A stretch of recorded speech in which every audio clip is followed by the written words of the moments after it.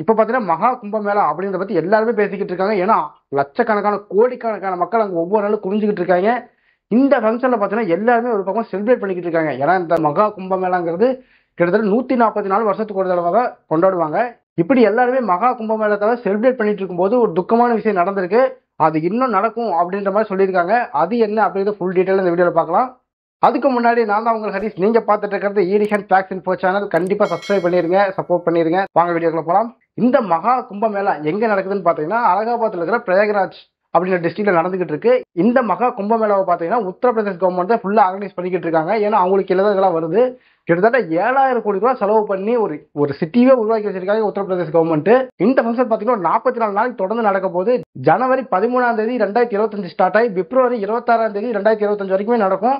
கிட்டத்தட்ட 40 கோடி மக்கள் இந்த இடத்துக்கு வந்துட்டு போவாங்க அப்படின்ற மாதிரி சொல்லியிருக்காங்க. 40 கோடி மக்களை நினைச்சு பாருங்க.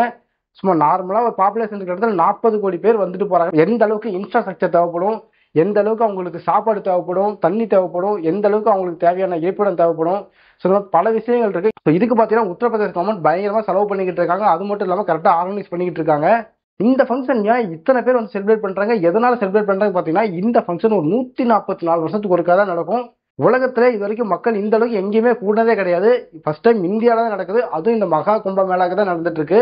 நம்ம இந்தியாவில மட்டும் இல்ல, கிட்டத்தட்ட 190 கண்ட்ரில இருந்து இந்த மகா கும்பமேளா ஃபங்க்ஷனை பார்க்க வருவாங்க.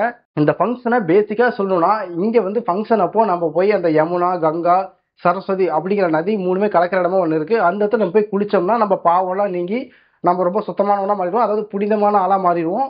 அப்படிங்கிறப்ப நம்ம ஈஸியாக சொர்க்கத்துக்கு போயிடலாம் அப்படின்ற கான்செப்ட் தான் இந்த ஃபங்க்ஷன். ஸோ இதுக்கு தான் பார்த்தீங்கன்னா கோடிக்கணக்கான மக்கள் அந்த இடத்துல குனிஞ்சுக்கிட்டே இருக்காங்க. வந்து அவங்களோட பாவங்களை போக்கி அவங்க ஒரு புனிதமானவங்களா நல்ல மனிதர்களாக மாறணும் அப்படிங்கிறதுக்காக. இப்படி பல ஊர்ல இருந்து மக்கள் வந்து செலிப்ரேட் பண்ணிட்டு இருக்காங்க. அப்படி செலிப்ரேட் பண்ணிட்டு இருக்கும்போது இந்த கூட்டத்தில் பார்த்தீங்கன்னா இன்னைக்கு ஒரு 7 பேர் இறந்துருக்காங்க. கிட்டத்தட்ட 7 பேர் அஃபீஷியலாக இறந்துருக்காங்கன்னு சொல்லியிருக்காங்க. 15 பேரா இருக்கலாம் அப்படின்ற மாதிரி சொல்லியிருக்காங்க. அடுத்தது பார்த்தீங்கன்னா ஒரு 20 பேர் பக்கம் இன்ஜுரி ஆயிருக்காங்க. அந்த கூட்ட நெரிசல்ல இறந்தவங்களோட ஃபேமிலி மெம்பர்ஸ் என்ன சொன்னாங்கன்னு பார்த்தீங்கன்னா, நானும் எங்க அம்மாவும் போய்கிட்டு இருந்தோம். அப்புறம் 2 பேரும் கீழே விழுந்துட்டோம். மக்கள் நிக்கவே இல்லை. எங்க மேலே ஏறி போய்கிட்டே இருந்தாங்க. எங்க அம்மா என்ன தள்ளி விட்டு அவங்க கூட்டத்துக்குள்ள மாட்டிக்கிட்டாங்க. அவங்க மிதிச்சே கொண்டுட்டாங்க அப்படின்ற மாதிரிலாம் சொல்லியிருந்தாங்க. ஸோ பார்த்தீங்கன்னா மக்கள் வந்து பாவத்தை போக்கிக்கணும் அப்படின்னு தான் வராங்க. பட் கீழே விழுந்தவங்களை எந்திரிக்க கூட விடாம பின்னாடி இருந்து தள்ள அவங்க மேலே ஏறியே போய் இத்தனை பேர்த்த கொண்டிருக்காங்க.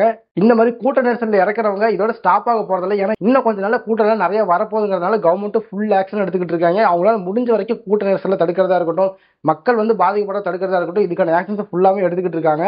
பட் லாஸ்ட் டைம் கம்பேர் பண்ணும்போது இது பெரிய கவுண்ட் இல்லை. ஏன்னா லாஸ்ட் டைம் ஒரு 1956 இந்த ஃபங்க்ஷன் நடந்துச்சு. அப்போ பார்த்தீங்கன்னா கிட்டத்தட்ட ஒரு 700 to 800 பேர் இறந்ததா சொல்லியிருக்காங்க.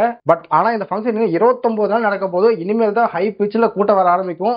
இப்பவே பாத்தீங்கன்னா ஒரு 7 to 15 பேர் இறந்துட்டு தான் சொல்லியிருக்காங்க. அப்படிங்கிறப்ப இன்னும் இறக்குறவங்களுக்கான கவுண்ட் அதிகமாகலாம் அப்படின்ற மாதிரி பார்க்கப்படுது. பிஎம் மோடி இதுக்கு என்ன பண்ணிக்கிறான்னு பாத்தீங்கன்னா டைரக்டா உத்தரப்பிரதேசோட சிஎம்க்கு ஃபோன் பண்ணி எல்லா வேலையும் சிறப்பாக செய்யுங்க, அதாவது மக்களை எந்த அளவுக்கு ப்ரொடக்ஷன் பண்ண முடியுமோ அந்த அளவுக்கு ப்ரொடக்ஷன் பண்ணுங்க, நீட்டா ஆர்கனைஸ் பண்ணுங்க அப்படின்ற மாதிரி சொல்லியிருக்காரு.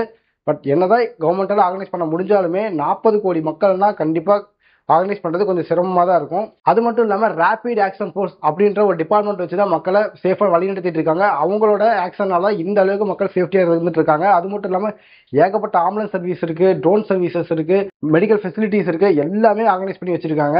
ஸோ இந்த வீடியோ பார்த்துட்டு இருக்க நீங்க உங்க ஃப்ரெண்ட்ஸ் ஆர் ரிலேட்டிவ்ஸ் இந்த ஃபங்க்ஷனுக்கு போகணும்னு நினைக்கிறாங்கன்னா கொஞ்சம் சேஃபா போயிட்டு வர சொல்லுங்க. ஏன்னா இந்த ஃபங்க்ஷனை பார்க்க கூட்டம் இனிமேல் அதிகமாக வரப்போகுது. ஏன்னா ஃபங்க்ஷன் முடிய டைம் கிட்டத்தட்ட வந்துகிட்டே இருக்கு. அப்படிங்கிறப்ப நம்ம தான் அந்த சேஃப்டியை பார்த்துக்கணும். ஸோ இந்த வீடியோவை உங்கள் ஃப்ரெண்ட்ஸ் ரிலேட்டிவ்ஸ் ஷேர் பண்ணி விடுங்க. அவங்களுக்கு யூஸ்ஃபுல்லாக இருக்கும். தேங்க்யூ.